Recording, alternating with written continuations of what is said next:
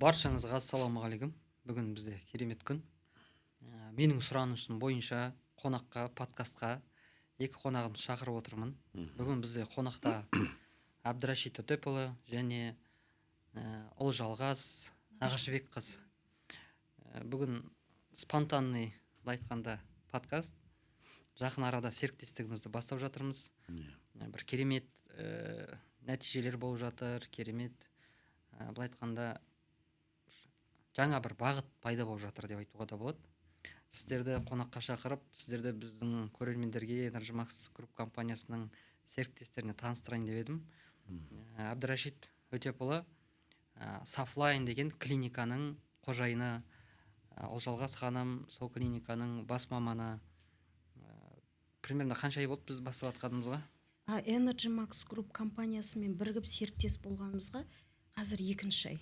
Екінші ай. Осы қысқа мерзімде бірақ результаттар керемет. Машалла. Мен кеше сол жаңағы нәтижелерді естіп, өзім бір керемет әсер алып, сіздердің іске деген нелеріңізді көріп, мамандықтарыңызды жаңағындай прям профессионально, былай айтқанда, қарап, бұл салаға өте бір жақсы бір бастама болып жатыр. Иә. Жалпы бүгін қонақтарымызбен осы танысайық дедік, тарихымызды кішкене айтып, өнімдеріміз туралы айтып, нәтижелер туралы, жоспарларымыз туралы бір подкаст болса күшті болады. Енді сізге сұрақ. Өзіңіз осы біздің серіктес болып жатсыз. Қандай шешім қабылдадыңыз, айтады ғой, зачем дейді ғой, не үшін бастап жатырсыз? Мен енді бірінші кішігірім өзіңізді таныстырып жіберсеңіз, тарихыңызды айтып жіберсеңіз.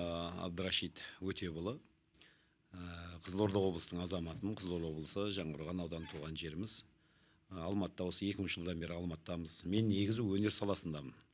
Өнер, талай той басқардық, өнер саласында, асаба дегендей. Бірақ енді өзіміз осы кішкентайымыздан қалай айтсам болады. Мынау Алланың берген шөптері бар ғой. Аталарымызда шөппен емделген ғой. Сондайды өзі көп зерттедік, көп оқыдық, көп білдік. Өз қызғам осы салаға. Сөйтіп жүріп, енді сөздің расы мен денсаулық үшін келдім бұл жерге. Бірінші осы 3 жыл бұрын өтті алдырып тастадым. Өтті алдырғаннан кейін проблеманың бәрі басталды. Менде былай бауыр түйінеп ауырып тұра беретін өтті алған жер. Содан азанда тұрамын, запыран болып тұрады, кислотность көтеріп тұрады, іштеген кеуіп тұрады. Түннің бір уақытында тұрамыз да, ашық тұрған поликлиникаға барып укол система ала беретін болдық. Сонымен естіп, мен негізі бұны естіп жүргенмін алдында, бірақ мән бермейміз ғой қазақтар. Осы максилин жайлы, пробиотик жайлы естіген, бірақ қатты мән бермеген. Осы денсаулық адамға өзі қатты жанға батқан кезде белгілі болады ғой. Осы максилин пробиотигін естіп, осыны ішіп басталған күні менде 3-ші күн результат болды. 4-ші күн дегенде түйінеп тұрған бауыр қойды, кислотность кетті, және де іштің кеуі, аппетит ашылды дегендей. Соны зерттеп, осы Алматыдағы офисқа барып, Гүлвира ханыммен таныстық. Майгүл ханым екеуімен, сонымен ол кісілер біраз түсіндіріп айтты. Бұл болашағы қандай, бұл неден жасалған, не туралы. Енді пробиотик көп қой Қазақстанда. Сонымен шын ниетпен өзім ниеттеніп тұрып ішкен соң ба, Алладан шипасын Алла ғой беруші. Керемет болып. Сонымен 10 күннен кейін не бір денсаулықта басталды. Обострение болды дегендей, күнде сұраймыз, күнде мазалаймыз Гүлвира ханымдарды. Бірақ результат Аллаға шүкір, 2-ші ай, 3-ші айға кетіп баратыр. Денсаулық өте тамаша. Бауырда қойды. Жаңа кислотность деген кетті. Аппетит деген өте жақсы. Бұрын тамақ ішсек, құсып тастай беретін. Оның бәрі кетті. Одан кейін сіздерде тағы да бір керемет нәрсе, осы Гүлвира ханымдарда диагностика деген бар екен, жапон аппаратымен. Оны көрдік, оған түсіп тексеріп көрдік. Іштің бәрі енді толған паразит екен бізде. Тамақтың бәрі жаңа грибоктар, нанды ұрып жегеміз ғой кезінде. Содан бәрін түсінгеннен кейін, ол неге түсіп болғаннан кейін көрдім. Осы аурудың бір паразиттен екен білдік, сөздің расына келді. Сөйтіп осы жобамен танысып, қазір енді осы компанияның шет жобасы барлығын зерттеп көрдік. Енді кешеден бері өзіңізбен танысып жатырмыз. Нұреке, Алла разы болсын, танысқанымызға өте қуаныштымыз. Енді сіздермен серіктес болып жұмыс жасап жатқан өте қуаныштымыз. Алдыда жасаймыз деген жоспар бар. Бүкіл Қазақстан офистер ашсақ деп жатырмыз. Құдай қаласа, жоспарлар көп енді, Алла қаласа. Бірақ мен риза болғаным, Алла Тағала шипаны береді, шипаны іздеңдер деген, шипаны тапқаныма мен шүкір деймін. осы компанияға алла разы болсын, ғұмыр ұзақ болсын. Әмин, айтқаныңыз келсін. Ал енді келесі сұрақты Олжалғас Нағашыбек қызға қояйық, өйткені ол кісі Тибет медицинасының маманы, бас маманы, үлкен тәжірибесі бар, диагнозсыз, біздің. Диагноз. Мен Тибет медицинасын меңгергем. Енді Тибет медицинасы сан ғасырлық жаңағы несі бар, әбден тексерістен өтіп жіктелген медицинаның түрі деп есептеймін мен өзім. Себебі соған ұжана баспен кіргендіктен мен үшін ең мықты медицина ол Тибет медицинасы. Неге? Ол адамның денесіндегі детально дейміз ғой, жалпы кез келген аурудың ошағы болады. Соны бірінші анықтауды үйретеді ол нәрсе.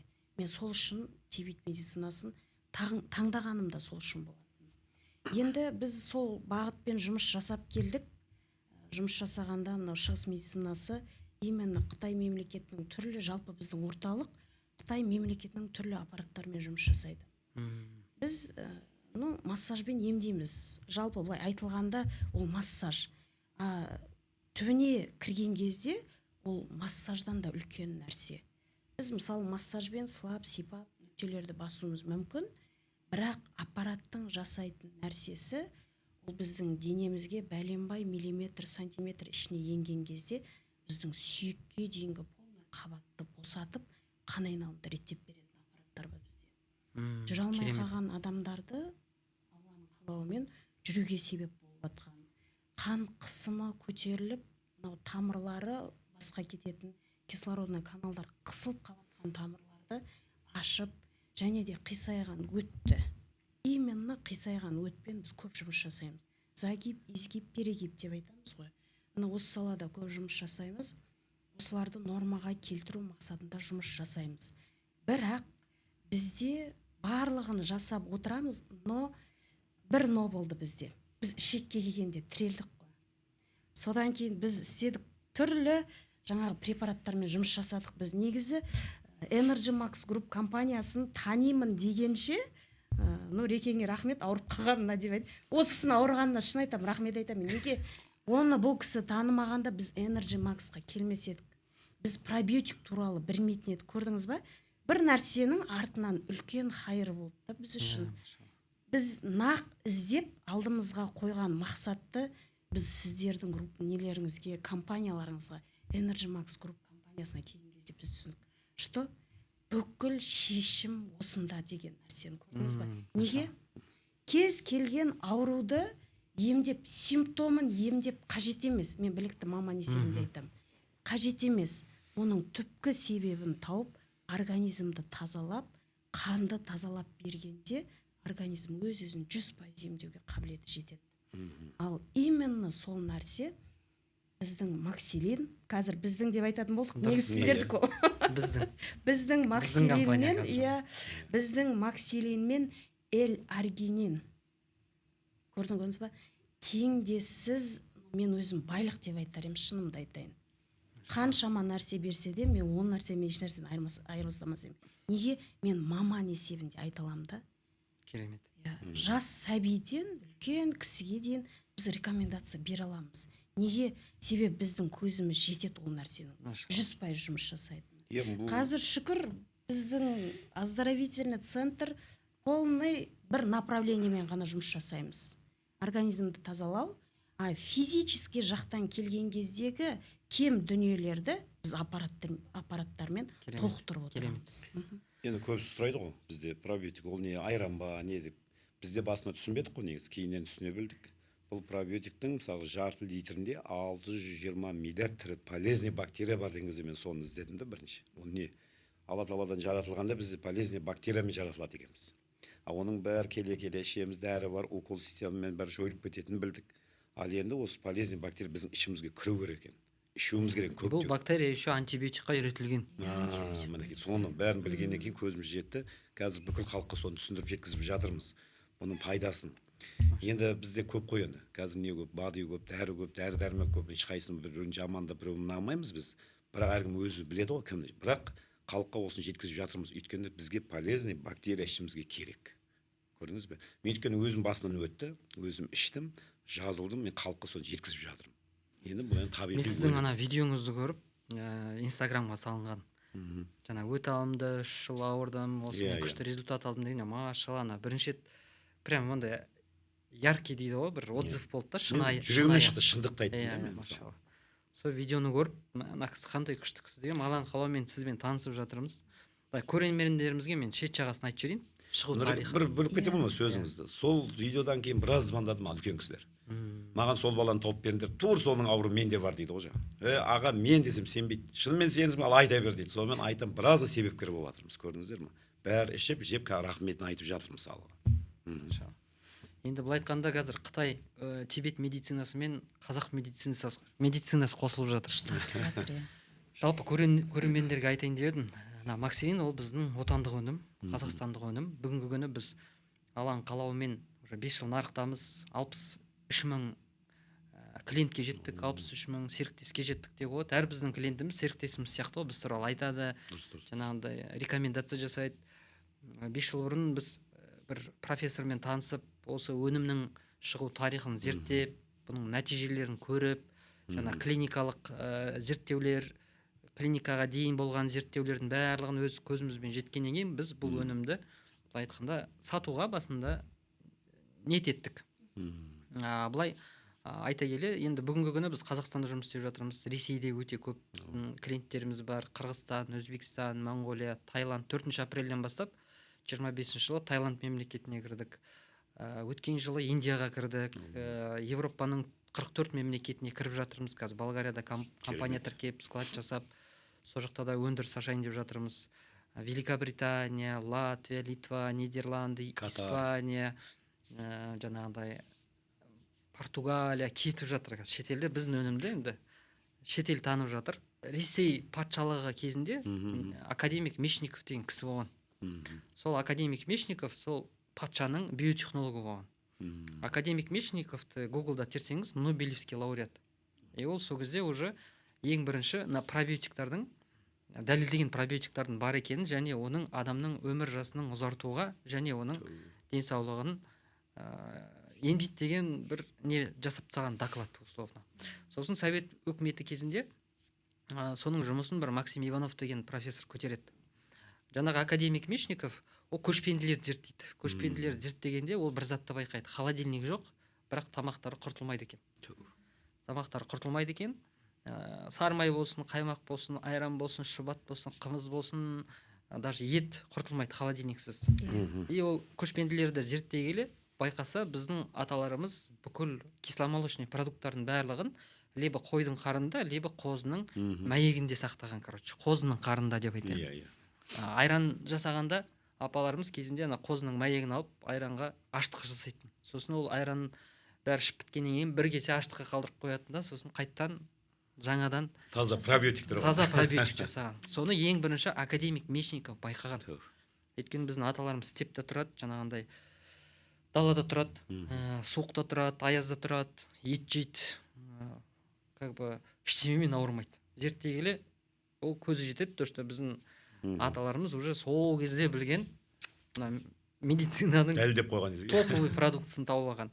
Сосын ол кісі не істейді, бұл өнімді ең бірінші жаңа Ресей патшалығы кезінде әскери мақсаттарда қолданады. Солдаттар жаңағындай соғысқа кеткенде, жорыққа кеткенде олар суды даладан ішеді, болотодан ішеді, өзеннен ішеді, көлден ішеді, іштері өтеді, дисбактериоза болады, диарея болады. Сосын бұл өнімді ол сол кезде жаңағы солдаттарға берген. И ол солдаттар жақсы нәтиже алып, соғыста жақсы соғысып жеңген. Олардың ең үлкен проблемасы солдаттардың басқа жерінен атқан деп айтады да, короче, если солдат стреляет другим местом, он не может воевать деп айтқан ғой, короче, олар. Сөйтіп олар жаңағыдай бір жақсы нәтиже алады. Сосын кейін Ресей патшасы оған алтын не береді? Қылыш береді. Золотая сабля вручать етеді. Сол жылдары награда алған патшадан. Содан кейін осы жұмыстарды Совет өкіметі кезінде Максим Иванов деген профессор көтереді. Ол мықты биотехнолог болады. Плюс Совет өкіметі кезінде репрессияға ұшырайды. Репрессияға оны Верный қаласына жібереді, қазіргі Алматы қаласына.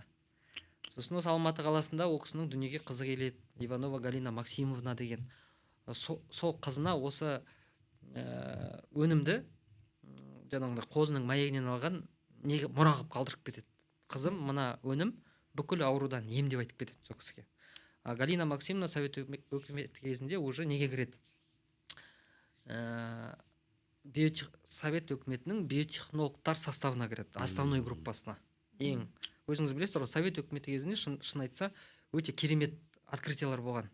Хоть космонавтика бойынша, хоть қару-жарақ бойынша, жаңағындай бір научный дейді ғой, білмей қаншама открытиялар болды, физика бойынша, математика бойынша. И сол кезде негізгі ең мықты биотехнологтар болған. Өйткені совет өкіметі ол кезде үлкен ақша выделять еткен биотехнология саласына, жаңағындай әскери салаға және білім саласына. Именно біздің жаңағына Галина Максимовна сол биотехнологтардың ең басты мамандары болған. Сосын 80-ші жылдары ол кісілерді как шпион ретінде Жапонияда болып жатқан всемирный бір выставкаға жібереді. Өйткені совет өкіметі ядерный оружие бойынша Америкамен жарысқан.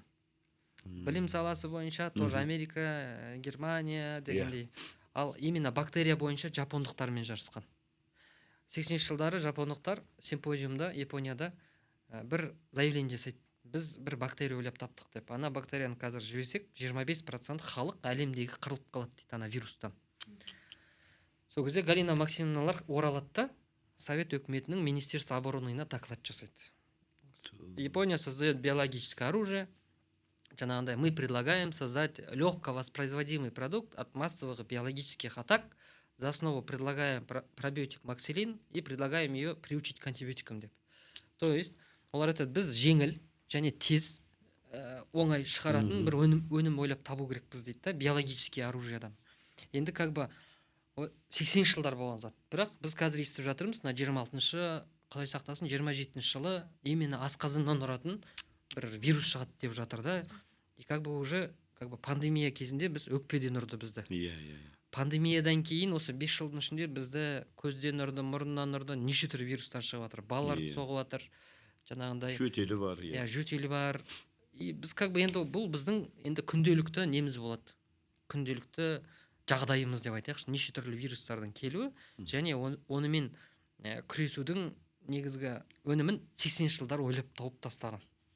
Сосын совет өкіметі профессорларды жаңағындай черный ящик деген бір лаборатория болған Алматыда. Это как бы сейчас в открытом доступе, ол сказка емес, легенда емес, кәдімгі болған зат. Совет өкіметі ақша выделять етеді және де 8 профессор жинайды. Сосын кейін олар алады да біздің максилинді, пробиотикті антибиотикқа үйретеді. Мына біздің көп қазақтардың проблемасы, біз пробиотиктің не екенін түсінбейміз. Неге? Мектепте дұрыс оқымағанбыз. Бұл пробиотиктің қайдан шығатынын түсінбейміз. Бүкіл аптекада тұрған Линекс, Ферталь, Хилакфорте, Актимель, Данон, олардың бәрі пробиотик. И олардың каждый жаңағы пробиотиктің өзінің номері бар. Также біздің пробиотиктің да адам сияқты да қазақ деген модель бар, короче, номері бар. Идентификационный номер болады. Жалпы қайдан алған? Бала ананың жатырында жатқанда, бала болуы мүмкін, қозы болуы мүмкін, құлын болуы мүмкін, бұзау болуы мүмкін, ит, мысық, млекопитающий дейді ғой. Ананың құрсағында жатып, олардың асқазаны қалыптасқанда, последний семестрында деп айтайықшы, последний үш айында адамды айтатын болсақ, ананың кіндігі арқылы баланың кіндігіне жаңағы микроб беріледі екен. Микроб беріледі, оны первичное материнское молоко деп атайды екен. И қан кетеді. Қан арқылы жаңағындай балаға нелер кетеді? Дәрумендер кетеді, короче. И бала ананың жатырында жатқанда, ана суды ішеді екен. Жатырындағы суды. Ол судың ішінде мынандай кристалликтар болады екен. Сол кристалликтарды ішеді, и сол кристалликтармен бірге неше түрлі вирус, микробтар шығып қоюы мүмкін. Мамасы ангина болуы мүмкін, ветрянка болуы мүмкін, краснуха болуы мүмкін, гепатит болуы мүмкін, жаңа аласақтық туберкулез болуы мүмкін, бірақ бала сау болып туады. Баланы қорада туы мүмкін, далада туы мүмкін, көшеде туы мүмкін, аязда туы мүмкін, бірақ байқаймыз тарихта бала ештемемен ауырмайды. 1 жасына дейін бала ештемемен ауырмайды. Екіншісі, баланың қорегі ол ананың сүті. Ал ананың сүті ол 90%-ға дейін эларгинин амина қышқылдығынан тұрады. И біздің компанияда Аллахтың қалауымен 2019 жылы пандемияға дейін біз ашыламыз. Именно осы екі өнімді таңдаймыз да. То есть эларгинин және максилин. То есть жаңағы бала дүниеге келгенде оның бірінші дәреті, ол тамақ ішкен жоқ, бірақ баладан дәрет шығады. Үлкен дәрет шығады. Оны ғалымдар мекони деп айтады. меконий деп айтады. Именно сол меконийдің ішінде осы микроб болады екен да. Ацидофилус бациллус штамм 2585 деген номері бар бұл микробтың. И біздің апалар ана өркенің өссін деп айтатын ғой. Сол қоздан тоже бірінші өркен деп айтады да, бірінші шыққан дәретін өркен деп айтады екен.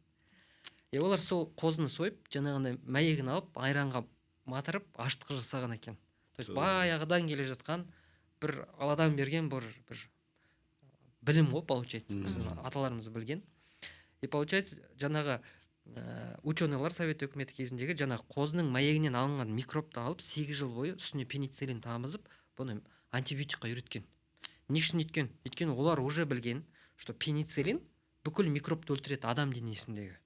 Егерде біз сіздермен антибиотик ішсек, қазір суда антибиотик бар, краннан шыққан, тамақтарда антибиотик бар, фруктыларда антибиотик бар. Бүкіл ет, сиыр еті, тауық еті, любой етті алсаңыз, барлығына антибиотик салады, ударный доза.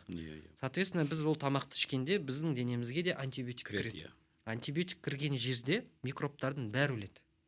Бір жақсы бүкіл микроб өледі, бір жаманы пайдалы микробтар өліп қалады біздің ағзамызда. Полезный. Вот как бы мен өзім биотехнолог емеспін, мен дәрігер емеспін, бірақ қасымызда ылғи биотехнологтар, профессорлар, доктор PhD-лар, солармен араласа келе, ана өзіміздің жасап жатқан ісіміздің, сатып жатқан өніміңіздің маңыздылығын түсініп жүрміз да, жылдан жылға. Биохимик болып кеттік десеңші. Биотехнолог болып кеттік. Олар айтады, мына антибиотик ішкенде адам ағзасында бүкіл микроб өліп қалады дейді. А біз ағзамызда 3 килограммдай микроб тасиды екенбіз. 3 килограммдай біздің денемізде жалпы микроб болады екен. То есть терімізде бір микроб, көзіміздің ішінде микроб, аузымызда микроб, былай айтқанда асқазанымызда микроб. И сол микробтар болу керек. И біз антибиотик ішкенде сол микробтар өліп қалады екен. Сосын біз не істеу керекпіз? Біз негізгі жақсы микробтарды қайттан салу керекпіз. Біз не істейміз? Орнына салмайды екенбіз. Сондықтан біздің ішімізде іріндейтін, саситын, бықситын, көгеретін, шіритін заттар дамиды. Оны қайдан байқауға болады? Бәрі айтады, мен саумын дейді. Біздің қазақ қалай емделеді, уже бітті, міне отказ беріп алып тастайды ғой ана операция. Соған дейін жүре береді дейді, саумын деп ойлайды. Аузыңыздан не шықса, уже дұрыс емес. Асқазаныңыз дұрыс астық қорытпаса, вздутие болса, запор болса, например, запор ең күшті не? Былай айтқанда сигнал. Біз запорды как симптом ретінде білеміз. На самом деле запорды уже баяғыда болезнь деп не өтіп таған оған. Егерде адамда запор болса, дәретке күніне бір реттен көп бармаса, оның ішінде уже интоксикация. Қартасы арқылы қанға уже токсиндар сіңеді екен. Сөйтіп, бұл максилин өнімін совет өкіметінде антибиотикқа үйретеді. То есть бұл единственный в мире пробиотик, устойчивый к антибиотикам. Единственный в мире. То есть қалған бүкіл пробиотиктарды алатын болсақ, бағалар тоже удай. Ішіндегі саны микробтың вообще апазақ. Фертальды алатын болсақ, там 6000 теңге тұрады, 20 миллиард бактерия бар бір пачкада. Сен ол микроб жесің, бірақ бір сағаттан кейін ресторанда отырып бір тауық бар көже ішіп байқамай антибиотик ішіп қойсан, ана микробтың бәрі өліп қалады, далаға кетеді. А біздің максилинді білесіз, бір құтысы 0,5, 624 миллиард бактерия бар. Фертальда 20 миллиард, бізде 600 миллиард. Сен оны шеді екенсің. И максилин қалай жасалынады? Ол сиырдың сүтінен жасалынады. Қазақстанда алатын болсақ. Мына экспортқа біз Шанхайдағы үлкен бір өндірісте глюкоза, виноградный экстракт и бір фруктовый сокта пісіреді, ол микробты аштады. Получается, біздің 1 граммда 1 миллиард бактерия бар. Біз не істейміз? Сиырдың сүтін аламыз да 130 градусқа қайнатамыз. Оны стерилизация деп айтады. Біз сіздермен қазір бүкіл магазинда ішетін өнімдердің бәрі, сүт өнімдері 100 градусқа дейін қыздырады. Пастерилизация. Сүтті до конца ыдыратпайды, оның ішінде әлі біраз заттар қалып қояды. Бізде 130 градусқа дейін қайнатады. Сүтті қайнатқанда ішіндегі бүкіл тірі жан өледі. Сүт ыдырайды. Ол ыдырағаннан кейін сүттің ішінде бір свободный бір орын пайда болады екен. Сосын біз не істейміз? Оны суытамыз 40 градусқа. Термостат деген бочкаға саламыз да, максилин аштыққысын саламыз, 16 сағат ферментация жасаймыз.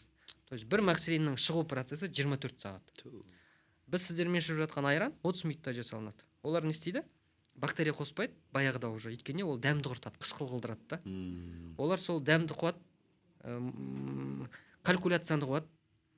Олар 30 минуттың ішінде сүтті қыздырады, ішіне кефирный грибок пен дрожжи лақтыра салады. И 30 минутта айранға ұқсайтын дәм шығады. қазіргі магазинде тұрған И айран. біз соны өзімізше жаңағыдай айран ішу керек, айран пайдалы деп ішеміз. А на самом деле біз дрожжи ішіп жатырмыз, кефирный грибок ішіп жатырмыз.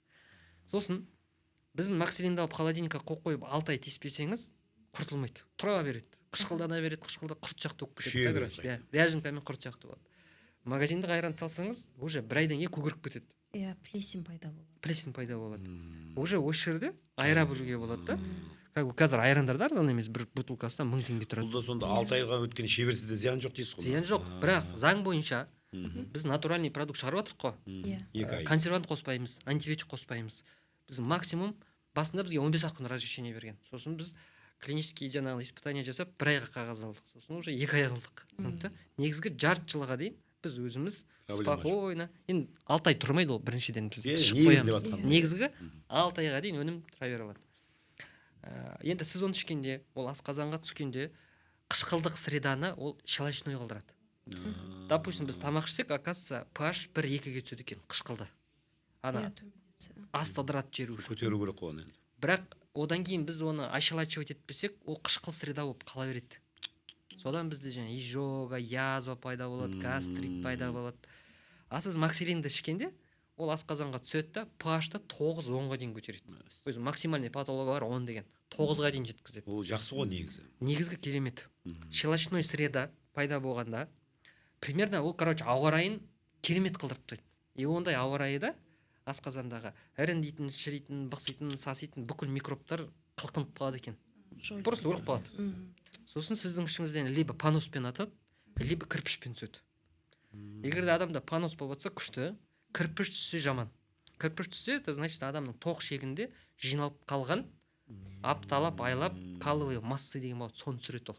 Айтады, менде что-то наоборот запор болып кетті. Мен кірпіш түсіп жатыр дейді да. 14 күн жей береді, 14 күннен кейін уже пюре түседі. Да, иісі болмайды. Бір айдан кейін болды ғой бізде. Иісі болмайды. Өйткені үлкен дәреттің иісі примерно негізі баланыкіндей болу керек. Сондай дейді, айтады ғой, баламның бауын жеп қоюшы едім дегенде айтамыз ғой біз. Өйткені баланың шыққан дәреті прям керемет қой. Тоқ ішеді, таза кезде таза болып шығады дейсіз ғой. Тап-таза. Бірақ біз не істейміз, ол балаға алып ет береміз, ол балаға алып ибуфен береміз, ауырып қалса, жөтеліп қалса, өзіміз алып оны антибиотикпен ішіндегі микрофлорасын өлтіріп тастаймыз. Сосын да, допустим, қазір аяғы ауыр қыздар антибиотик ішеді во время беременности. Соответственно, олар антибиотик ішсе, асқазандағы бүкіл микроб өліп қалады да, баласына на микроб берілмей қалуы мүмкін. Сосын дырявый кишечник деген пайда болады, тоқ шегі тесіліп қалады екен. Яна тесіктер арқылы зиян заттар сразу қанға кіріп кетеді. Сондықтан бала дүниеге келгенде әлсіз болып туып жатыр көп балалар. Аутоиммунный нештер аурулар. Біздің макселиннің ең бір жақсы, біз басында енді қатты түсінбейміз ғой өз өнімімізді. Айтамыз, запор емдейді, короче. Запор емдейді деп бере береміз. Одан кейін жай келе бізге басында арақ ішетіндер көп келетін ше, короче. Клинический испытание жасаған ғой макселин мен совет өкіметі кезінде. Короче, кім алкогольді ішеді, содан кейін макселинді ішеді, 3 сағаттан кейін ағзасында 0 промилле дейді. Алкоголь шығарып тастайды екен. Радиацияны шығарады екен. Сосын алып енді алкоголиктарды жинап алдық біраз. Арақ жақсы көретін адамдар ше басында. Содан келе бұл өнімді одан сайын біз ашып бастадық. Уже дұрыс клиенттеріміз келіп бастады, дұрыс аудитория келіп бастады. Керемет нәтиже алдық біз. Осы Қазақстанда, Жезқазғанда бір кісі гепатит С мен 11 жыл ауырған. 90 күн макселин ішкен, 40 бутылка, 4 флакон элергинин тамызған. 90 күннен кейін қанында гепатит С жоғалып кеткен. Сосын Назгүл Асанова біздің Қырғызстанда қатты біз поддержка, бізге қырғыз бауырларымыз берді заказдармен, $500 заказ берді ғой біз ашылғанда. Бір кісі бар, ол кісі альхамдулилля қазір дені сау, жүр, біздің күшті клиентіміз. Бір ауруға шалдығады. Ауруға шалдыққаннан кейін оны врачтар антибиотикпен соққылайды. И көп беріп қойғанда бүкіл асқазанын күйдіріп тастаған. Содан кейін асқазанын күйдіріп тастағаннан кейін ол кісі гормонда отырады. Гормон колоть етеді, 3 жылдай почти. Гормонды бір күн салмаса, бүйтіп сөйлесіп отырады, қол жұмыс істемей қалады, жағы жұмыс істемей қалады, тіл істемей қалады, көз істемей қалады. И постоянно гормонда отырады. Сосын жаңағындай біздің Назгүл Асанова жайлап, қасықтап, макселин беріп, сосын уже 100 граммдап беріп, Аллахтың қалауымен бір күн ана кісі гормон салуға ұмытып кетеді, короче. Гормон салуға ұмытып кетеді, и ағзасы жұмыс істеп тұр. И қазір Аллаға шүкір, сол кісінің нәтижесі арқылы біз $500 продажа кетті бізде Қырғызстанда. Жалпы сол біздің өнімнің шығу тарихы осы. енді қандай нәтижеге біз жеттік? Бізде бұрын қазақстандық патент болатын, но біз осы 5 жылдың ішінде как бы жақсы оборот жасадық қой, біраз нелер душар болдық бір ситуацияларға ше. Біздің өнімге ғашық болып бұны копировать еткісі келіп, біз бұған қып-қызыл ақша төлеп сатып аламыз бұл патентті. Бірақ біздің Қазақстанда өкінішке орай таланттарды, сіздің бір ойлап тапқан интеллектуалды туындыңызды қорғамайды. Өкінішке орай. Күші жоқ ондай ше, короче. Старый, да? Біз оны как Филькина грамота деп айтатын болдық қазір. Сосын осыдан 1 жыл бұрын бізге бір үлкен делегация келіп, Дубай Инвест Центр деген жерден бір мамандар келіп, біздің өнімді көріп, бізді Дубайға шақырып, Аллахтың қалауымен бір көмек тиді бізге. Біз алып, біздің өнімді Макселин деген брендті, ішіндегі микробты, бұның технологиясын 5 түрлі затқа патент жасап, оны Берлинда Интерокко деген жерде тіркеп тастадық, интеллектуальный собственность. 186 мемлекет бағынады және мойындайды, что біздің өнім единственный в мире. То есть бұндай жоқ туындылары, короче, жаңағы біздің микроб бізде ғана. Бізден басқа ешкім бұны шығара алмайды. Шығара алса да бізге 1 миллиондаған штрафтар төлейді, короче. Сондықтан біз барып Интероккада 186 мемлекет подпис қойған жерде патент жасадық. И Аллахтың қалауымен қазір мына Америкаға кірдік. Америкада тоже өзіміздің қазақтар қолдап жатыр. Индияға кірдік. Индияда доктор Гупта деген кісі бар. Моди деген кісілер бар, оларда біздің елбасымыз сияқты. Короче, содан не алған? Награда алған номер 1 врач бізде, Индияның. Великобританияның, Канаданың, Американың бір врачтар қосылып жатыр, шүкір. Аллахтың қалауымен уже біздің енді идеямыз болған мынандай. 5 бармақ қонақ шақырамыз, бәріміз кола ішеміз да. Күшті. Өйткені пайдалы, тез қорытады деп айтамыз. Ол бірақ қорытқанда, значит, барлығын күйдіреді ғой. Но енді Кока-коланы уже қазақтың дастарханынан алып тастай алмайсың. И біздің арманымыз коланың қасына Макселин қойсын. Өйткені сорпа ішеді, сорпа ішкенде жаңа Макселинді құяды да. Таза пробиотик. Сондай идея болды да бізде арманымыз. Аллаға шүкір, жай жайлап енді 63 мың серіктесіміз бар, барлығының дастарханда, холодильниктарында уже Макселин тұрады. Онымен кейбіреулер бауырсақта пісіреді, сорпаға да қосады, бетіне де жағады, шашына да жағады, маска ретінде қолданады. Жаңа 1994 жылы біздің госпитальда, КНБ-ның госпиталында әйел адамдарға осы Макселинді жыныстық несіне, мүшесіне шприцпен кіргізген. И бізде қағаз бар. Сифилис пен гонореядан басқа бүкіл әйел адамның ауруын емдейді. Рак шейки маткаға дейді. Қағаз бар. И біз на основе этих рецептов Макселиннің основасында свечи жасадық. Аллаға шүкір, мына Латвияда керемет результат алды. 71 жасар әйел тыныш ұйықтай алмайтын, оказывается. Күнде проблема по-женски. Біздің свечиді қолданады. 1 күннің ішінде нәтиже жақсы ұйықтадым дейді. И бізде қазір Латвия мемлекетінде керемет заказдар кетіп жатыр. Сосын бір досым бар, енді бизнесмен досым, қазақ емес, орыс. 17 жыл Таиландта тұрады. Естиді ғой енді, Макселинді естиді, жаңағындай біздің свечиді естиді. Сосын қазір Алла қаласа уже Макселинмен қосып біз балаларға арналған мармелад шығарып жатырмыз. Осы 1-2 айда ең бірінші бізде өндіріс Болгарияда. Таза витамин. Мармелад шығады. Бейбилин деп атап жатырмыз. Енді балалар мармелад жақсы көреді, сонымен бірге пробиотик кетіп отырады оларға. Жаңағы досым айтады, енді мұсылман емес, қазақ емес, қындылық енді басқа да. Брат дейді, сен кімге сатып жатсың мына өнімді дейді. Мен айтамын, енді біз өйстіп адамдарға түсіндіреміз, айтамыз. Ұзақ қой ол дейді да, короче. Сен, короче, Таиландқа келшеш дейді. Мен айтамын, неге десем, ана сенің свечаң бұл жақта керек дейді. Неге десем, бізде официально 300 мың жезөкше тіркелінген дейді да, 300 мың проститутка дейді. Мен 1-2-іне айтып көрдім дейді да, заказ беріп жатыр дейді. Өйткені по-женски заболевание көп екен. Маған айтады, ты не там продаешь дейді да. Мында ауырып жүрген 300 мың адам бар дейді примерно. Сен давай маған 10 мың, 15 мың пачка жібер, мен саған Таиландты сатып беремін дейді. 2 дейді. Эксперимент жасаған. Енді Таиландқа көбісі барып шегеді, немесе тамақ жейді да уланады. Иә. Бір кісі, короче, больницаға түсі кетті. Шегіп жаңағындай. Өліп қала жаздайды. Сосын жаңа Макселин ішіп тіріліп кетеді. 1 күн ішінде. Айда сен ол жақта сатып жатқан жоқсың дейді да, короче, сенің өнімің мұн жақта керек. Сөйтіп біз алған қалауымен 25 жылы 4 апрель Таиландта Макселин Co деген компания тіркедік официально. Қазақтың компаниясы қазір Таиландта бар, Индияда бар. И біз сөйтіп енді адамдармен сөйлесе келе түсініп жатырмыз, біздің өнімнің вообще горизонты өте үлкен екен.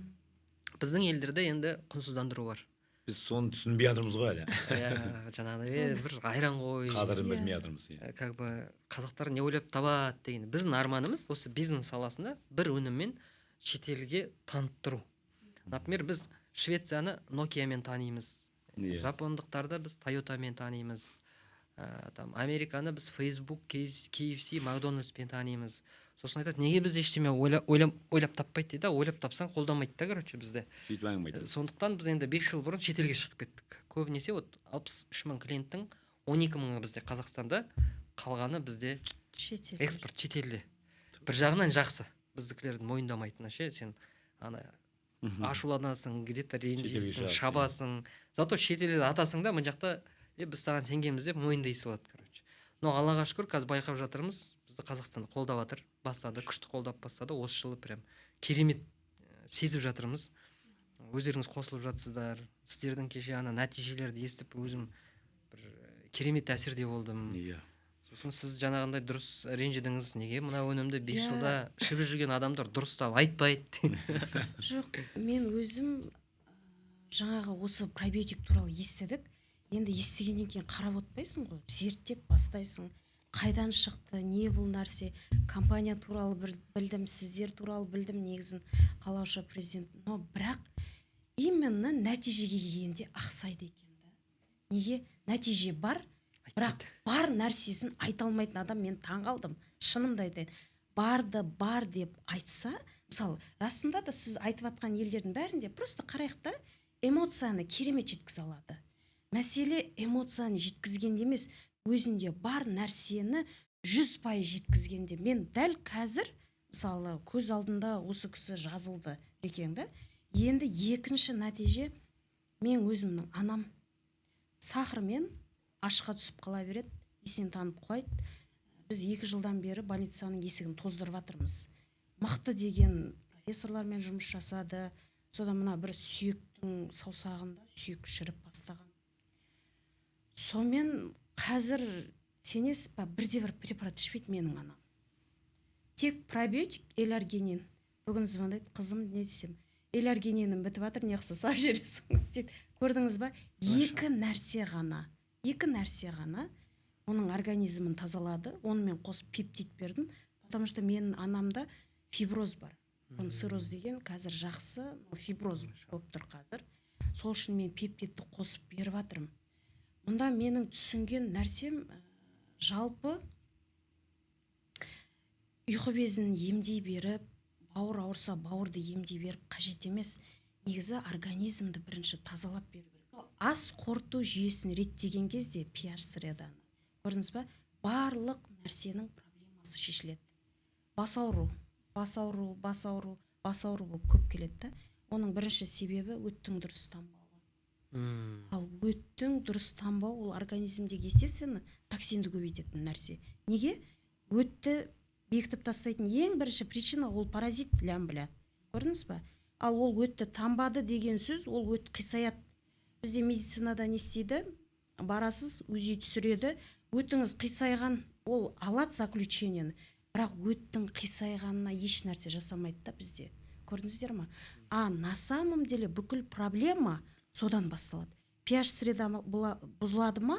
Өт қисайған. Мен міндетті түрде айтамын, сізде өтте дұрыс емес. Или протокол қисық, или не, өттің өзі қисық. Маған УЗИ жасап алып кеп беріңіз. Артроздың барлығы сол өттен екен ғой. Бүкіл проблеманың түбі өттен. Біз өтті реттеп отырамыз ба? Бәрі дұрысталады. Ал өтті тоқтататын бірінші нәрсе ол паразит. Енді паразитті кетіретін 100% кетіретін. Мен мақтанып айта аламын. Шынында да ше, ол тек қана макселин екеніне көзіміз жетті. Мен сіздерге келмес бұрын, мен Гүлбира ханымдармен ұзақ жұмыс істедім ғой. Тіркелген жоқпын, шындайды, мен осы жақында ғана тіркелемін сіздерге. Но до этого мен бәрін көрдім. Зерттеп көрдім, барлығын көрдім дағыны. Кейіннен барып, мен көзім 100% жетті кәдімгідей. Действительно, организмді 100% тазалап береді. Но былай ғой, Аллаға ниет етіп сұрасаң, Алла береді екен. Мен Алла береді да ол нәрсені. Но мен Алладан шынымен ниет етіп жаңа сұраған нәрсемді таптым деп мен осы күні Машалла, сеніп айта аламын да. Керемет. Неге?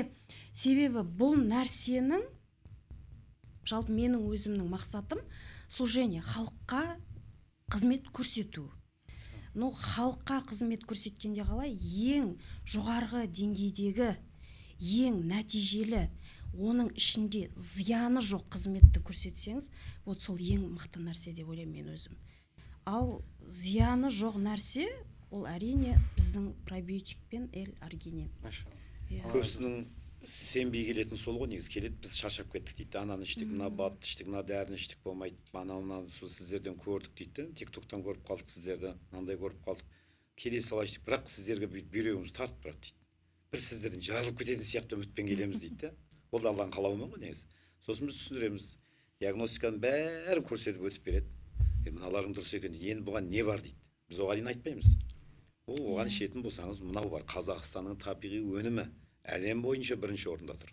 Бұның осындай несі, қалай алған бәрін айтқанда барып сол кезде түсінеді олар. Ол бірден мына кісені іше сал десең ешкім сенбейді де, түсінбейді де. Мынау айран ба не дейді, сосын айтамыз, ішінде пәленбай, оның ішінде осындай миллиард не бар, ол қалай әсер етеді, ол ішке барған кезде барып күреседі, ол жатқан қаншама жатқан паразитті оятады, ол обострение береді, ол барып шығарады. 10 шақты күннен кейін көресіз, мен өзімдікін айтып беремін, өзімнен өткен басымнан ауырған. Бәсем сені видеодан көрдім ғой деп шығады жаңағы тиктоктан. Сол сен ба, иә мен адам өз көзімен көрмей сенбейді негізі. Сол ішкеннен кейін 10 күннен кейін звондайды ғой, мынандай болып жатыр, мынандай, менде басталып жатыр, менде мынандай болып жатыр, иә. Бірақ соңында рахметін айтады. Аллаға шүкір. Негізі қазақ халқына осының бәрін жеткізуіміз керек қой негізі осында. Қандай нәтижелер алып жатсыз? Вот қазір айтқанда пациенттер келіп жатыр сізге клиникаға, диагностика өтеді. Мына диагностиканы кеше бір пример айтып қалдыңыз ғой, маңыздылығын. Ана бір крутой бір диагностика жасаған үшін. Бір бауырымыз келді, атын айтпай ақ қояйын. Ол кісі сол бізге келіп тексеруден өтті. Тексерген кезде бізге айтқан жоқ. Мынаны мен өттім деп. Сөйтіп біз тексеріп көрейін деп көрген екен. Соны өтті. Тексеруден өткеннен кейін айтып жатыр да бізге. Мен жақында Түркия қаласында болдым дейді. $1,500 мен $3,000 арасында ем қабылдадым дейді соқтан. Тура осы диагностика дейді да негізі. Бірақ қарап отырсақ, сіздердікімен қарасам 98% сіздердікі точно Түркиямен бірдей келді дейді диагностика. Шүкір Аллаға деп жатырмыз да. Біздің әр офиста жаңағыдай диагностикалар бар, БРТ аппараттар. Қанша аласыздар диагностикаға? Біз негізі 5.000 теңге дегеніміз, кейде 10.000 теңгеде, сол 5 мен 10.000 теңгенің арасында. Бірақ тек қана через диагностику сіз адамдармен жұмыс істейсіз. Через диагностика. Сосын мынандай бар екен. Диагностиканы өзі жеткізіп айта алатын бар, айта алмайтын бар екен. Мысалға бір кісілер келді. Біз бір неден клиникаға бардық, осымен өттік дейді. Бірақ сіздер сияқты түсіндіріп айтқан жоқ дейді. Мына жер бүйтіп тұр, мынау жанып тұр, мынау ауырып тұр, бүйтті де шығарып салды дейді. Сіздер түйді түсіндіріп беріңіз, ризамыз деп кетіп барады да мінекей. Соған қарап мамандарға да байланысты жеткізе білу керек та. Енді мақтағанымыз ол Жалғас ханым өзінің маманы 1 сағат отырады клиентпен, 1 сағат отырады, сөйлеседі, оның жағдайын сұрап алады.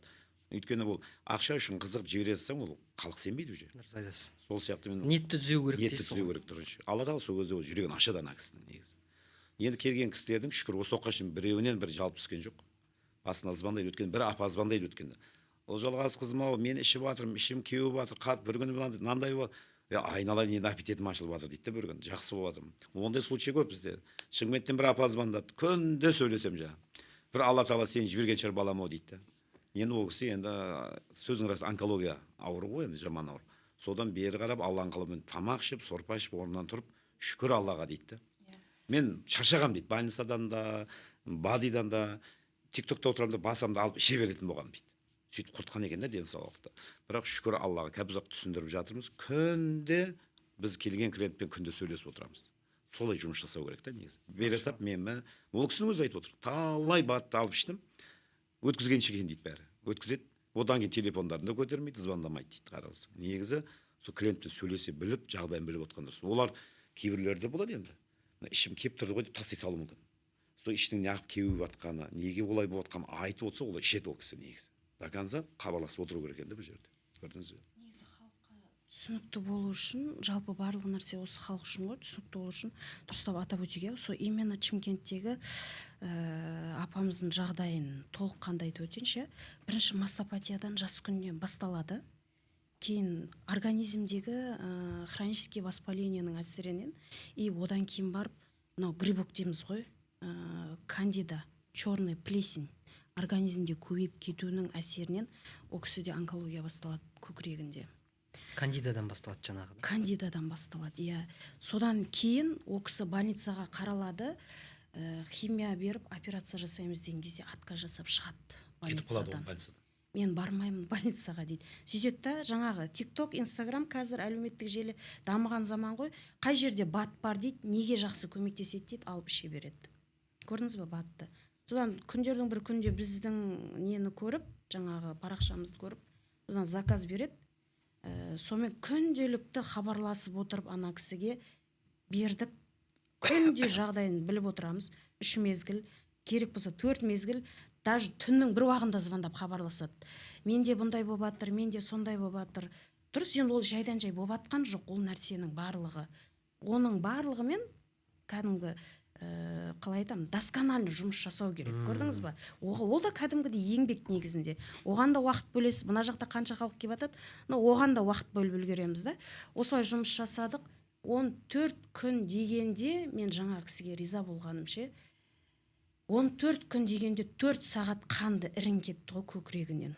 4 сағат көкіректен. Кәдімгі сосоктан 4 сағат қан кетті. Скорый шақыртып больницаға барыңыз. Бұндай жағдайда бару керек. Десек, жоқ, бармаймын, операция жасап тастайды. Химия не істеп тастайды. Химияға жатқызады мен. Мен бармаймын. Наотрез отказывается. Өлсем осы жерде өлейін дейді. Иә. Қорқып жатыр ғой бізде, барыңыз жоқ. Мен маған жағып жатыр бұл дейді. Маған жағып жатыр. Иә. Максиден жатып қалған кісі өзі бойына күш алып тұрған. Содан кейін сене бастады да ол кісі. Сонымен 14-ші күнде жаңағыдай ситуация болды. 4 сағат қан кетті, тоқтады. Сенесіз ба? 15-ші күннен бастап ана тәте бізге таңертең кешке ғана звондайтын болды. Менің жағдайым жақсы, бойымда күш бар. Содан кейін 2-3 күннен кейін звондады ғой. Мен 90-дағы мамам бар еді, ауырып жатыр. Қазір бойымда күш жоқ. Сол кісіге алып берейін деп едім деп. Алып берді ол кісіге де. Сөйтіп алып берді. Көрдіңіз ба? Ол пробиотиктің да, жаңағы эларгининнің да пайдасы, романадзе мазін бердік. 3 жақтан ол кісіге кәдімгі ем жүргіздік. Сонымен қазір жақсы, шүкір Аллаға. Қазір күніне 2 рет қана хабарласады, кейде 1 рет қана. Но жағдайы абсолютно жақсы, өте жақсы. Бақытты главное. Бақытты, иә. Көрдіңіз ба? Бір адам болсын, көрдіңіз ба? Батасын алдық қойын сөзің. Батасы күнде бата жасап отырам сендерге дейді. Соның өзі жетеді бізге де сөзіңіз. Бұндай нәтижелер, бұдан да жаңағы қалай айтамыз, жеңіл нәтижелер өте көп. Бет терісі жаңағы поврежденный болып, қып-қызыл болып бөлтіп кеткен, кеше көрсеткен бір фото бар еді ғой. До и послесін. Енді жаңағы ғой бізде қазақта мен болсам айтар ем әлемге жар салып. Ол мен енді. Бірақ мен көрсетпей ақ қойыңызшы. Танитындар болса ұят болады деген. Ұят болады деген сөз бар ғой біздің қазақта. Сол ұят болады. Түбімізге жететін болды. Бір кісі келді енді, үлкен аға ғой. 3 ай іш деген ғой кісіге. Ол жаңағы тур мен сияқты өтін алдырған, бауыр жоқ түйнейді, осы жағым қабырғаның асты деп. Өті жоқ тоже, да? Өті жоқ. Мен видеомды көріп келген кісі. Таниды екен бізді енді. Көріп жүрген шығар неден. Содан алып кетті бір несін. Содан хабар жоқ. Звондап тұрам. 2-3 күнде бір жақсы ішіп жатырмын, түйнегені қойды деп қояды. Сол өткенде звондайды. Мынау бітті дейді. Біткен екен маған айтпаған. 1 апта көрейші деген ғой. 1 апта деген қайтып түйнеген ғой. Ішпей қойғанда ма? Иә, біткен, бір упаковканы тауысқан. Мен айтқам 3 ай ішесіз деген ғой. Сол көрейші дедім. Осы мен қоя салам деп ойлағам. 1 аптадан кейін тамақ ішкен ана қайтып басталды дейді. Қайтып келіп бір 2 упаковка алып кетті. 3 ай, 4 ай тоқтамай ішіңізші құтыласыз десем, расында солай екен дейді. Көрдіңіз бе? Сондай да адамдар бар. Сондықтан күнделікті тексеріп звондап тұру керек та негізі адамдар. Сондай біз қызықпыз ғой. Ұмытшақ. Сәбән қойса қоя саламыз. Мен айтып 3 ай ішпей болмайды аға. Болды ішем деп кетті енді. Өткен звондасам, шүкір жақсы қайтып қойды дейді. Мен ішем деп, мен айттым, мен 1 жыл ішем деп өзіме уәде бергем деймін да. 1 жылдан кейін сәл перекур жасауым мүмкін, перерыв, 1-2 ай. Бірақ тоқтамай менің наным осы болады деп жатырмын да келген адамдар. Солай ішуіміз керек негізі. Мынау БРТ аппаратының пайдасын осы кезде айта кетейінші. Біз келген кезде диагностика жасаймыз. Одан кейін пробиотик, эларгинин береміз. Негізі көбінше көп сол 2 өнімді пайдаланамыз. Неге? Анау ішкі құрылысты тазалайды, полный восстановление жасайды, pH среданы нормаға келтіреді. Ал эларгинин ол өзіңіз білесіз, қанды тазалап шығады. Көрдіңіз ба? Осыны беріп, 1 айдан ол клиенттің өзінің жаңағы несіне қарайды, қалауына қарайды. қаласа бір айдан кейін болмаса 2 айдан кейін өздерінің результаттарын болып жатқан нәрсені өзінің көзімен көріп кете алады, көрдіңіз ба? Қайтадан повторно диагностика жасатады. Мысалы Рекеңде бірінші бастап түсірген кезде екіншісі арасында шыдай алмады бұл кісі. 20 күннен кейін түсті. Тағы түсіп көрдім. Бірақ мен Өзгеріс көп. айта алмаймын. 12 паразиттен сенесіз ба? 5 түрлі паразит қалған. Көрдіңіз ба? 12 паразиттен 5-еу қалған. Иә. Грибок Бес жетеді, түрлі. грибок азайған. Ана грибок проценті абсолютно төмен түскен. Бұл кісіде тем более черный плесень бар. Көрдіңіз ба? Себебі оны бұрын алдын барғанда да айтты. Мен көзім аз қарай беретін. Иә. Шүкір қазір альхамдулилля азайды да. Қарайған. Вообще көкпен болып тұратын. А қазір соның бәрі Ана оң жағыңыз, иә. тоқшектің тазалығы несінен екен ғой, соның бір паразиттен екен ғой. Енді біліп жатыр. Менде рұқсат болса эларгинин туралы шамалы айтып жүрсем біздің Дұрыс дұрыс айтыңыз. Бала дүниеге келгенде оның бірінші тамағы ананың сүті. Байқайсыздар ғой, бала жылайды, жаңағындай ашулану мүмкін, мазасыздану мүмкін. Сол кезде мама не істейді? Сүтін береді, ұйықтап қалады. Сосын как ни в чем не бывало, жүгіріп жүреді. Бала ауырып бастайды, тұмау болып. Мама не істейді? Сүтін тамызады мұрнына. Тұмау кетіп қалады. Оказывается, бізде дейді, 25 жастан кейін ағзамызда эларгинин амино қышқылдығы уже синтезироваться етілмейді екен. Не синтезируется собственным организмом. То есть эларгинин амино қышқылдығын біз сырттан жеу керекпіз. Енді ананың сүтін ішамаймыз ғой біз. Екі не бар? Саумал бар. Саумалдың құрамында 70%-ға дейін эларгинин амино қышқылдығы болады. Сондықтан барлығымыз барамыз да таң атпай биенің қасында тұрамыз, ішеміз, анадан кейін кетеді. Байқайсыздар ғой, кейбіреулер саумал ішіп жаңағындай туберкулездан емделеді, бауыр емделеді. жаңа буын. Бірақ биенің қасында доступ ешкімде жоқ. Саумал өзі жылына бір 2-ақ рет болады, өйтіп мынандай бір стаканы 1000-2000 теңге тұрады по факту. Сен қайтып қоясың. Ыңғайсыз таксимен барады, тұрады там. Тағы да дейді, эларгин амино қышқылдығы греческий орех пен арахиста бар дейді. Совет өкіметі кезінде бүкіліміздің рационымызда күнде арахис тұрушы еді. 400 грамм арахиста 1 суткалық эларгининнің дозасы бар дейді. 400 грамм арахис жей берсең, суточный дозаны аласың. Енді ол арахисті жеу керек 400 грамм дегеніңіз кәдімгідей тарелка ғой, короче. Бірген жесең, бірген жемейсің ғой. Греческий орехты же дейді, греческий орехты жесек 4-5-еуін лақтырғаннан кейін аузымыз уылып кетеді. Өйткені греческий орехты біз жумаймыз, оны жаңағындай қайнатпаймыз дегенде. Біздің эларгининді Сенбаев Айдын Құдайбергенович деген кісі берді бізге. Біз Energy Max Group бола тұра, оның алдында ол кісі бізге дейін тарихта бар. Ол кісі кезінде 120 килограмм болған. Цирроз печени болған. Сахарный диабет 30 болған ол кісіде, короче. 30 деді ма, ужас болған ғой, короче. Содан кейін ол кісі кезінде осы эларгинин амино қышқылдығын танысқан тоже бір компания арқылы. Сосын оны ішкен, керемет нәтиже алған. Сосын жаңағыдай өзінше ана компания қай жерде шығарады деп тексерейін деп барып, қай жерде қандай условияда шығарып жатқан көріп шошып кеткен ғой, короче.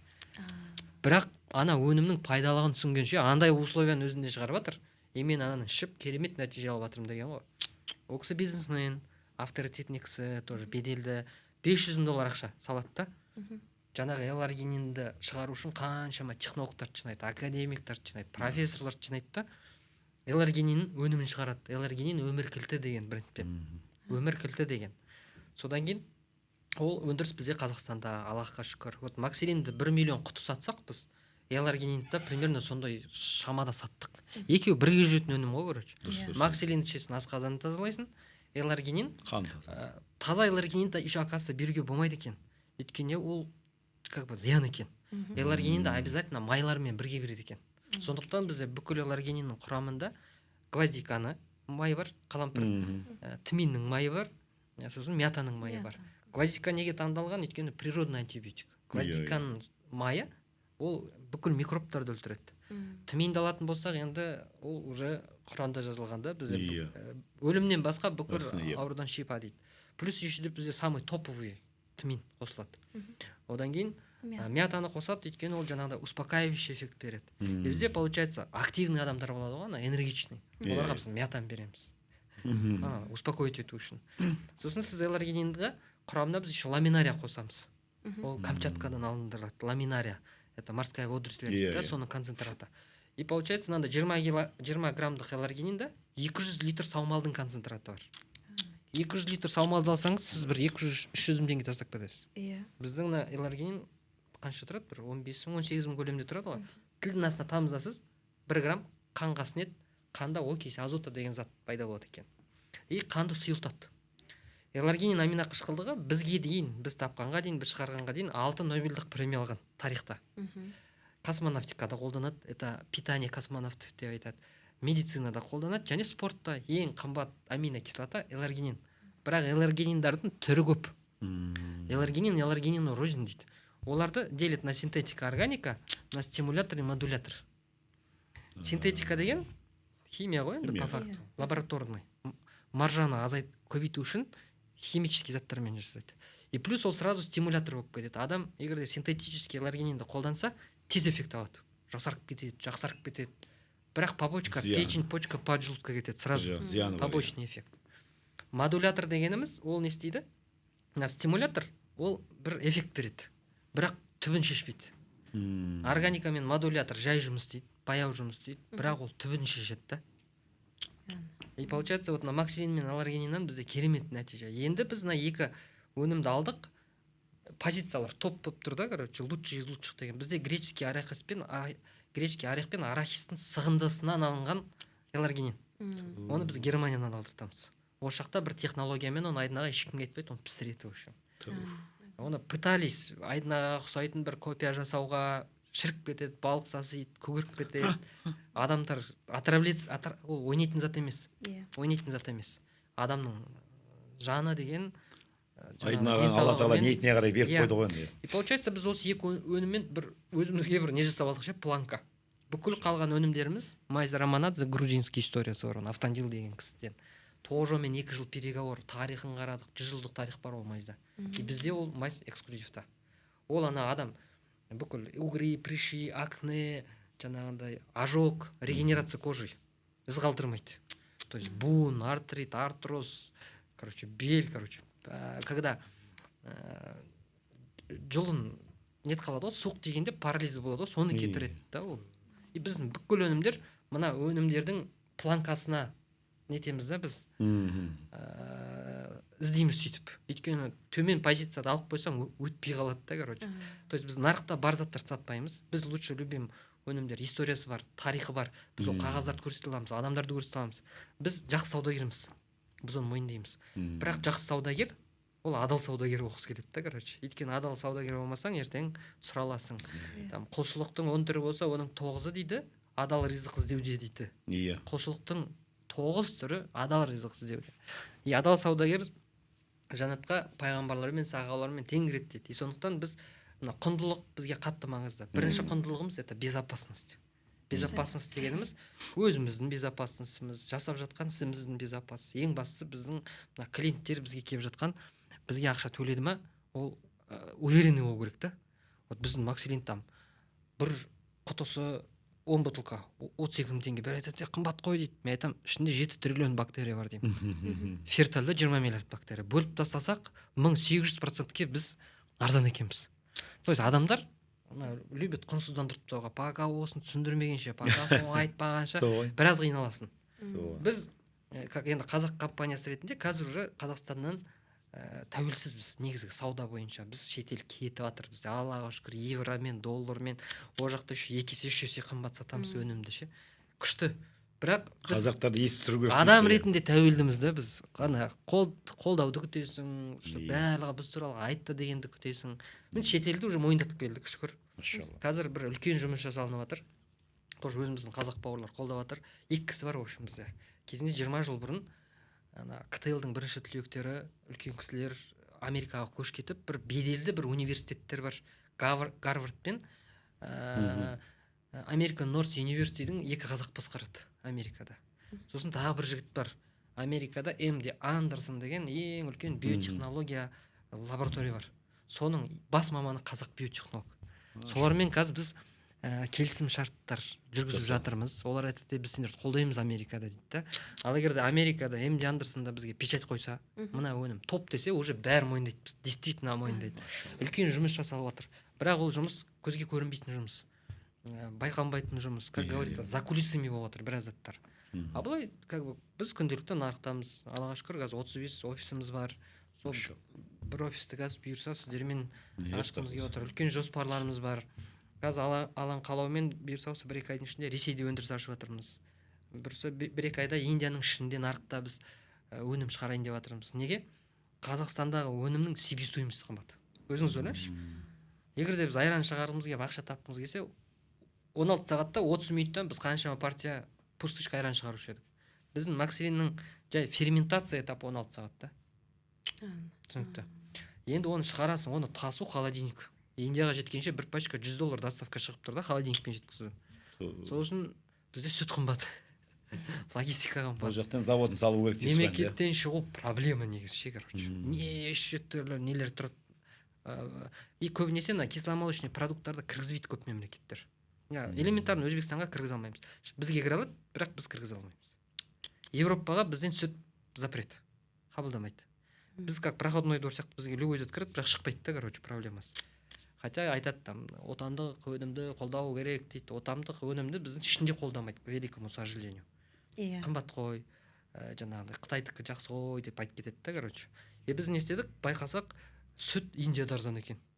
Біз шешім қабылдадық, мына жақтан тасығанша лучше өзіміздің технологиямен сол жаққа барып, өзіміздің технологиямен бір айдың ішінде сол жақта қазір үлкен жоспар болып жатыр.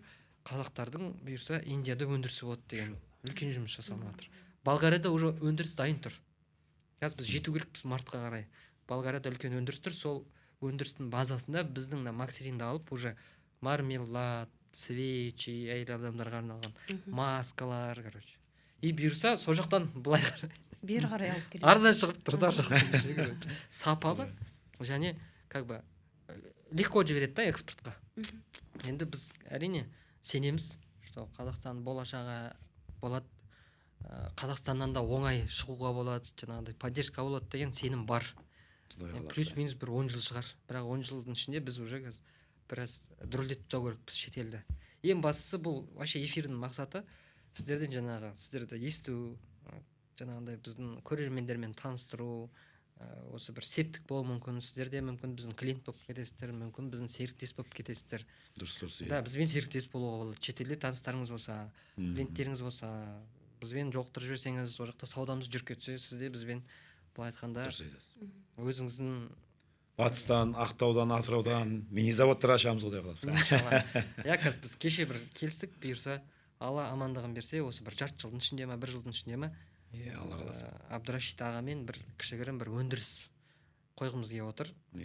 Ақтау қаласында ма, мүмкін Атырау қаласында ма, чтобы западтағы біздің партнерларға, батыстағы партнерларға свежий макселин сол жақтан келсін дегенде. Дұрыс. Оймен. Жалпы сол сіздерге Алла разы болсын, Сізге қолдауларыңызға. де рахмет, Алла разы болсын. Берекесін берсін, кәсіпкеріңіздің берекесін берсін. Енді мен ойлаймын, енді бұл қазақ халқына негізі керек нәрсе ғой бұл. Пробиотик, макселин тоқтатпау керек. Іске армау жұмыс одан сайын өркендеу керек. Енді бүкіл шетел мойындап тұрған қазақ халқы оны енді ойлаймын. Арман қарай құдай қаласа барлығы ішеді, денсаулықтарын түзейді. Өйткені қазір келе жатқан өсіп келе жатқан ұрпақты ойлаймыз да біз. Жеп атқанның бәрі болмайтын керешки, коласы бар, басқасы бар. Оның іші не болып жатыр балапандарымыздың ертең, болашақтар ұрпақтарымыз не болады? Сонда ойлауымыз керек та. Қазірден бастап балаларыңызға берсеңіздер, қазір пробиотикті, ертең болашағы зор болып өседі негізі. Сонда негізі балаларына көп келген біз клиенттер сөйтіп айтамыз түсіндіріп. Сосын біреуін алайын деп, онда балаларыма да алайын деп кетеді да. Сонда жеткізу керек те қазақ халқы. Әйткенмен мен байқадым, сіздер бір клиентке 8 упаковка, 9 упаковка, 10 упаковкадан ұстатып жүреді екенсіздер сразу. Өйткені түсіндіре білсе адам алады. Бізді құртатын ау ғой. Ала сал, іше салса ешкім сенбейді оған.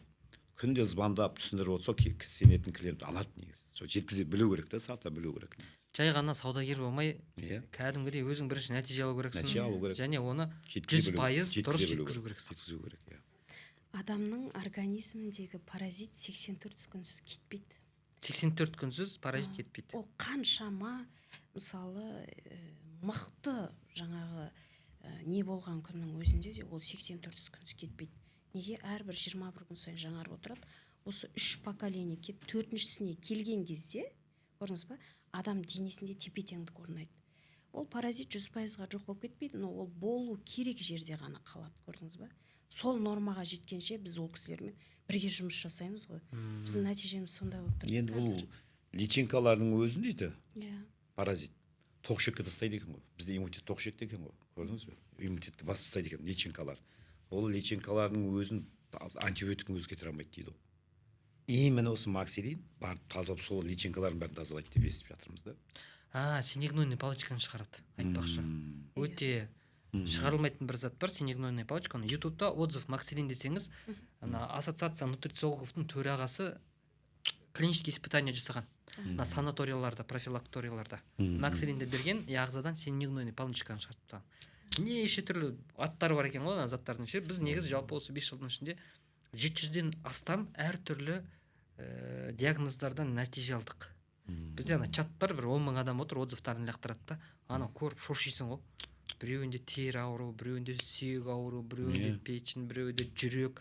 Бізде бір кісі бар, 2020 жылы біз енді бастап атқанда келеді да, бізде 500 000 теңгеге тауар алады, короче. Чисто максилин. Басқа түк керек емес, максилин беріңдер маған дейді. Оказывается, ол кісі кезінде состояла неде? Списокта квота на операция клапан сердца. И ол кісіге біреу звондап, уже сол жылдары бізге дейін айтқан ғой, андай бір максилин деген зат бар деп. И сол жылы бір пачка максилинді бір бутылканы 10 000 теңгеден сатып алған ғой, 0,5. Бізге 3 000 теңгеден сатамыз ғой. А ол кісі 10 000 теңгеден алған екен. Бізге дейін. Біз бағаны түсіргеніміз ғой еще, короче. Соны ішкен екен де, 2 аптадан кейін барғанда ол кісі квотадан алып тастаған ғой, сен жүрегің клапаны нормальный деп. Оказывается, на 12 перстня кишка деген жүрекпен бір меридианада находится. И вот сол кісі бар әлі біздің клиентіміз, Аллаға шүкір. Сол кісі келіп, я вас знаю деп, бізде как раз енді клиенттер келеді, особо сенбейді ғой. Ана кісі даладан естіп келгенде тауып алған бізді. Келеді де бүкілінің көзінше 500 000 теңге тастап кетеді да, максилин как только шығады, маған жіберіңдер дейді. Біз ол кезде шығармаймыз. Біз ол кезде айтып жатырмыз, шығарамыз деп ше. Сосын жаңағына эларгининді ер адамдарға айтады. 4 грамм эларгинин дейді да, суткасын алсаң, 100 грамм примерно виагру заменяет дейді да. То есть эларгинин аминоқышқылдығы бізге ол күнделікті керек. Тілдің астына тамызып жүру керек. Өзі күніне 3 рет бізде адамдар тамызады, керемет нәтижелер алады. И осы 2 өнім қазір жүріп жатыр. Аллахтың қалауымен қазір свечам шықты, бірақ наличие жоқ. Плюс қазір енді свеча келеді. Сосын кейін бұйырса Европадан уже мармеладтарымыз келеді, халал мармеладтар. Пробиотикпен уже оны балаларға береміз. Біз сөйтіп әртүрлі аудиторияға осы на основе максилин әртүрлі заттар шығарып отырмыз. Егерде сіз максилин сатып алып, үйіңізде бір бутылка қалып қойса, ол максилинді бетке маска ретінде жағуға болады огурцымен. Керемет результаттар болады. Псориаздар болса, экземалар болса, угри, прыщи, акне. Псориаздың өзінің бәрі сол паразиттен екен ғой. Көрдіңіз бе? Бәрі паразит. Жаның ашиды да, короче, өз-өзіңе ше, короче. Неге біз өз-өзімізді құныстандырамыз? Неге біз, өйткені байқасақ, біздің Қазақстанда халық аз, бірақ негізі халықтың сапасы мықты. Мықтылардың сапасы мықты да. Сондықтан бізде мықтылар иногда көрінбей қалады, өйткені анадан өткен мынау бар, мынадан өткен мынау бар.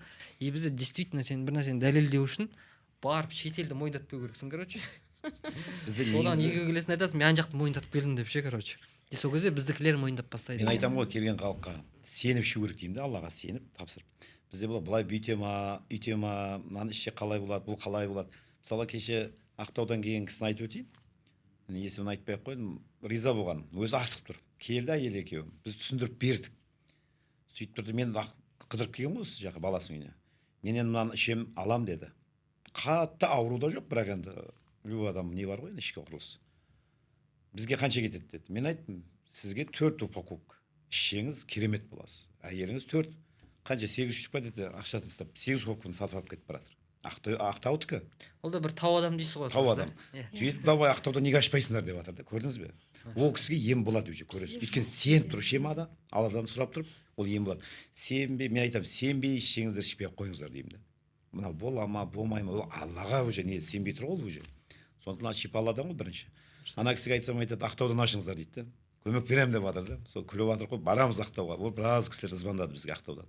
Сахарға, өйткені неден көріп отыр ғой бізді. TikToktан, Таргеттен сахар көп звондады. Бауыр, ұйқы без көп ол жақтан ауырып жатқандар. Келмейсіздер ма, осы жақтан ашпайсыздар ма дейді. Негізі ашуымыз керек, Құдай қаласа, бар облыстан ашып тастауымыз керек, Алла қаласа. Дамытуымыз керек та. Оны сөйлесеміз ғой, Құдай қаласа. Мен айтамын да, бізге бұл өнім как Алладан берілген бір мүмкіндік ретінде көреміз. Алладан келген бір жауапкершілік. Өйткені бұл өнімді біз ойлап тапқан жоқпыз, оны Алла уже біз жатырда жатқанда ойлап тауып тастаған да. Дұрыс айтасыз. Просто оны жаңағыдай ученыйлар қаншама жыл зерттеген, 100 жылдық тарихы бар ғой. А мен кезінде енді саудагер болдық қой біз, әртүрлі зат саттық, 28 түрлі зат саттым да мен, 28 түрлі салада. Общепиті бар, жаңағындай консалтингі бар, туризмі бар, IT бар, бармаған төбем жоқ в общем, короче, әртүрлі бағытта болған. Сол кезде бір затты байқадым да, егер де сен бір нәрсеге шешім қабылдап жұмыс істесең, сен энергия кетіресің, уақыт кетіресің, жаңағындай денсаулығыңды кетіресің, бірақ түбінде ана затың сапасыз болып кетсе, сатып жатқан бүкіл жасаған жұмысың зая кетеді екен да, короче, бет алды. Сосын бір затты байқадым, настроением күшті болса, всегда саудамен жүретін. Жаңа бір шабыттанып жүргенде сауда жүреді. Как только кішкентай бір депрессияға кіріп кетесің, біреуге ренжіп па, біреу сені ренжітіп па, бір постоянно бізде сол жаңа өсек, постоянно интрига, сөйтіп ренжіп қалсаң, депрессияға кіріп, минусқа кіріп кете алады екенсің. Сол кезде жаңағындай біраз миллион долларлар жасап банкрот болған кезде көзім жетті, сен ресурсный болмасаң, сен ешкімге керек емессің. Дұрыс айтасың. Жақындарыңа даже өйткені мен түсіндіре алмаймын, бірақ на каком-то уровне даже жақындарың сені көрмейді. Сен өлейін деп жатсаң, короче, одан сайын добивать етіп жүру мүмкін да, короче. Добивать етіп жүру мүмкін, сенбеуі мүмкін, қолдамауы мүмкін, өз проблемаң өзінде, бүгін кімге оңай емес. И олар имеют право, өйткені өздері выживать етіп жүр да. Әр адам қазір негізгі осы бір жанталас бір өмірде жоқ қой біз. И сол жанталас өмірде жүргендіктен, к сожалению, біздің жүрегіміз жабылып қалды, рухымыз оянбайды, ренжиміз, көгереміз дегенде. И сол кезде мен көзім жетеді, бір рет қатты қиналамын, что сен ешкімге керек емессің қиналғанда, плюс сен қиналсаң, еще плюс ана обязательстволар тоқтамайды екен ше, жаңағындай кредитің бар, үйің ақшасы бар, садиктің ақшасы бар, добивать ете береді да. И одан сайын минусқа кіріп кетуге болады екен. И мына өнімді бірінші рет кездестіргенде, мен де бұны сатам деп кездестірген жоқпын ғой. Менде бір проблема болды.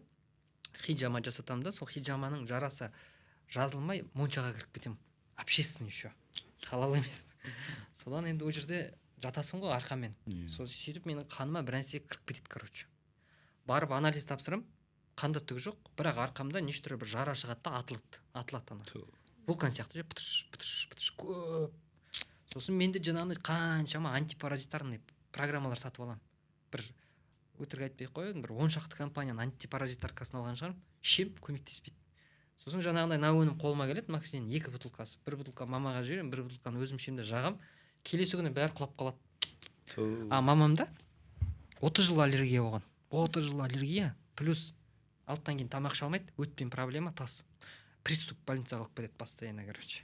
Сосын тамақ ішсе, кешкі 6-тан кейін сразу приступ ұстайды. Немесе тауығы бар сорпа ішсе, денесінің бәрі қотыр болып кетеді. Мамаға жіберем, мама айтады, тағы жіберші дейді. Сөйтіп мама екеуміз де результат аламыз. Мен көзім жетті. Мына өнім туырмен сияқты болған екенсіз. Потолок, короче. И сосын бәріміз енді Алладан сұраймыз ғой. Алладан сұрағанда мен всегда ана үлкен компаниялардың тарихын изучать ететін.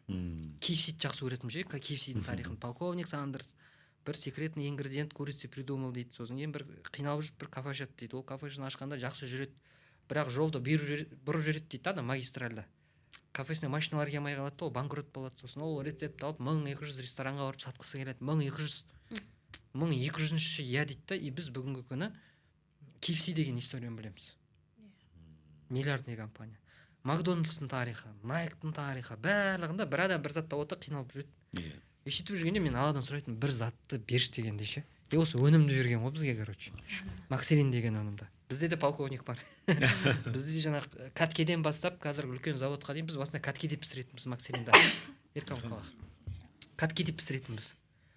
40 литрда. Сосын жай-жайлап 600 литрға. Сосын жай-жайлап қазір 1,5 тоннаға. Қазір уже примерно жылына там 300 тоннаға дейін өнім шығара аламыз. Но уже қазір Индиянды қоссақ, ол жақта уже 10 мыңдаған тонналап кетеді да. И осы тарихты естісін дейміз тоже, көрсін, айтсын. Енді Алла сәтін салса, денсаулығымыз бәрі жақсы болса, жаңағындай өмір жасымыз ұзақ болса, біз сенімдіміз, Макселин өнімін көбісі ертең ана казахстанский шоколад деп мақтанады. Бірақ ол казахстанский шоколад давно не казахстанский, чтобы вы имели в виду. Ол үлкен бір Кореяның компаниясы сатып алған. Сондықтан Қазақстаннан біздің жаңағындай арманымыз осы Макселинді тасыса екен. Қазақстан Макселин деп. Қазақстанский бренд. Қазақтардың атында тіркелген бұл. Соны айтқымыз келеді. Ниеттеріңіз жетіңіз, берекесін берсін. Кеше жаңа өнімді көрдіңіз, который біз Шанхайда шығарған. Біз Шанхайда бір үлкен бір үш өндіріс бар. Әлемдегі 80 мемлекетке пробиотик шығарады. мына бүкіл біздің аптекада тұрған пробиотиктің барлығы сол жерде шығады. Біз солармен бір үлкен келісім шартқа отырып, біздің технологиямен біздің микробты апарып, қазір күніне Аллахтың қалауымен миллион упаковкаға дейін шығара аламыз, сауда болса, в общем. То есть GMP стандарт, ХАСП, международный халал, ISO, жаңағыдай бір пачкасында 1 триллион бактерия, там номер 1 әлемде. Қазір бірінші партиясы Қазақстанға кетті Аллахтың қалауымен. Бір партия Өзбекстанға кетті, 5000 упаковка, Болгарияға кетіп жатыр, Индияға кетіп жатыр үлкен партия. То есть шүкір, қазір сол Шанхайдан біз уже 80 мемлекетке доставка жасай аламыз. Қазір мына Катар елінде қолдап жатыр бізді, Дубайда қолдап жатыр, Сауд Арабиясына шақырып жатыр. Сол жақта ашыңдар дейді. Өйткені бір айда осы жылы декабрьда умраға 68 миллион адам келіпті. 68 миллион адам. И сол Әл-Харам мешітінің қасында арманымыз бар. Бір орын тауып алсақ па дегенше. Қадап қойын деп отырдық та, короче, Макселин деп жарқыратып, бірақ өнім сатамыз. Жаңағы Макселин, Эларгинин өзіміздің өнімдер чисто. Сондай армандар бар. Мүмкін бұл видеоны вообще Саудиядан біреу көре ма деген неде ғой. Хабарласа беріңіздер, комментарийға Аллахқа түгемес қой. Хабарласамыз, сөйлесеміз. Бүкіл әлемге тарап кетер бүкіл бұл видео, бір Алла біледі. Иншалла. Сіздерге Алла разы болсын, бізді қолдап жатсыз. Алла разы болсын. Өте мәз болып жатырмын сіздердің жаңағы жұмыстарыңызды көріп. Былай айтқанда сөзбен бәрі герой ғой. Бірақ әрекетпен, іспен өте аз кездестіресің адамдарды. Мен вентилятор деймін көп адамдарды. Воздухқа не етеді да. Просто сіздердің әрекеттеріңізді көрдім, мына подачаңызды көрдім. Как бы енді бізде 5 жыл нарықта жүрік қой. Бірақ осы 5 жылдың ішінде өте сапалы түрде бастап жатқан, өте сапалы түрде жұмыс жасап жатқан, халықпен қызмет, коммуникация жасап жатқан сіздерді көріп жатырмын. Алла тағала абыройларыңызды көтерсін. Рахмет сіздерге де. Осы былай айтқанда себепкер болып жатсыздар. Сол сауаптар жазыла берсін.